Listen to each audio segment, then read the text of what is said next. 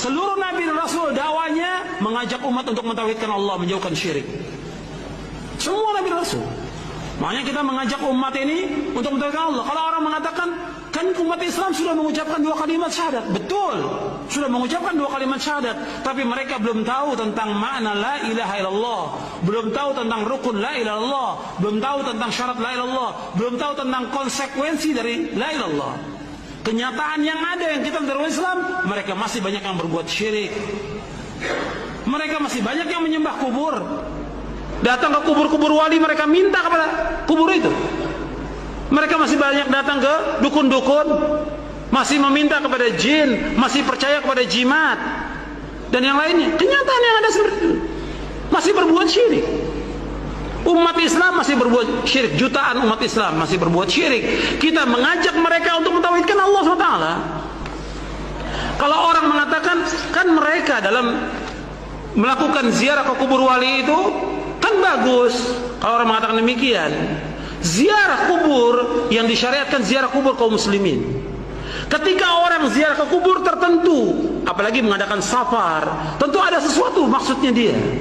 Menganggap kubur itu keramat, menganggap orang itu dekat dengan Allah yang harus diminta, dan yang lainnya yang tidak pernah dilakukan oleh para sahabat Rasulullah Sallallahu Alaihi Wasallam. Ada yang mengatakan, kan mereka itulah orang-orang yang mulia. Kalau mereka orang yang mulia, siapa orang yang paling mulia di muka bumi ini?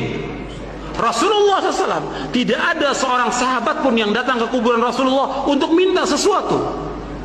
Tidak ada seorang pun dari mereka, tidak ada sama sekali. Bahkan di zaman Umar bin Khattab radhiyallahu an terjadi kemarau. Kemudian Umar tidak datang ke kuburan Nabi. Umar di Madinah waktu itu. Khilafah Umar di Madinah. Umar nggak datang ke kuburan Nabi. Umar bagaimana? Yang lakukan Umar bin Khattab radhiyallahu anhu, datang kepada Abbas bin Abdul Muthalib. Wahai Abbas, dulu kami tawassul dengan Nabi, minta agar Nabi berdoa kepada Allah, dan kami berdoa agar diturunkan hujan. Sekarang beliau sudah wafat, kami minta kepada engkau agar engkau berdoa. Umar berdoa, kemudian Abbas berdoa radhiyallahu anhum, kemudian turun hujan. Di zaman Muawiyah bin Abi Sufyan demikian juga. Muawiyah nggak datang ke kuburan Nabi, tidak datang ke kuburan Nabi.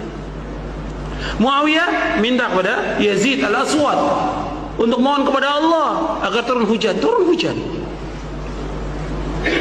Jadi nggak ada seorang pun yang datang kepada kubur-kubur wali. Ini perbuatan syirik. Yang mereka punya i'tiqad bahwa mereka dekat dengan Allah, mereka bisa menjawab panggilan orang yang hidup, bisa mengabulkan doa, bisa memberikan manfaat. Tidak bisa memberikan manfaat sama sekali. Allah Subhanahu wa taala berfirman di dalam surah Yunus surah 10 ayat 106. Surah 10 ayat 106 Allah berfirman, "Wala tad'u min dunillahi ma la yanfa'uka wa la yadhurruk, fa in fa'alta fa innaka idza minadh dhalimin."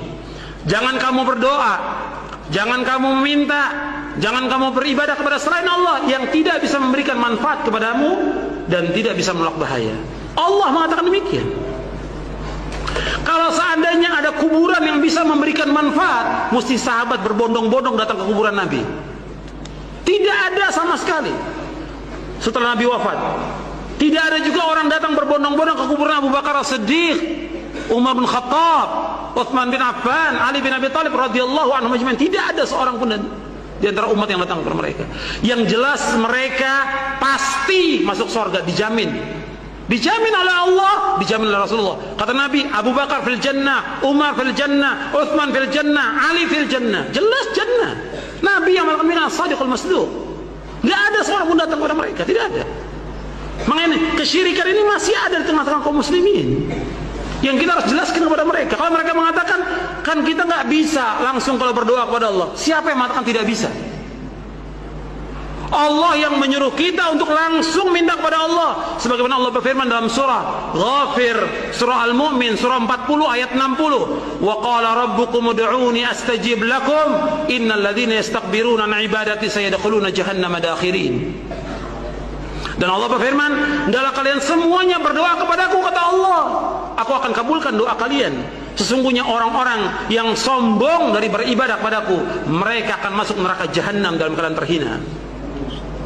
Allah yang menyuruh berdoa langsung. Sebagaimana pernah disebutkan sahabat berzikir dengan keras. Kalian tidak berdoa dengan yang tuli, kalian tidak berdoa dengan yang gaib, kalian tidak berdoa dengan yang jauh, dekat. Maka Nabi mengatakan ketika sahabat bersuara dan berzikir dengan keras, kata Nabi, irba'u ala anfusikum fa innakum la tad'una asamma wala ghaiban innakum tad'una sami'an qariba. Hadis sahih riwayat Bukhari.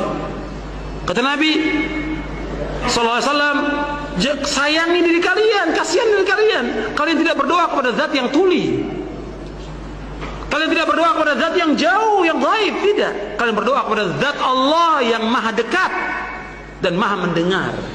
Sami'an qariba, mendengar dan dekat. Allah, kita langsung kepada Allah, bukan kepada mayit. Enggak boleh. Jangan kita mengatakan, kan kalau kita ketemu sama presiden, sama raja, itu mesti melalui ajudannya. Ketemu sama wali kota, ajudannya dulu. Enggak bisa langsung. Enggak bisa Allah disamakan dengan makhluknya, tidak boleh. Laisa kamitslihi syai'un wa huwas samiul basir. Allah tidak sama dengan makhluknya. Tidak sama.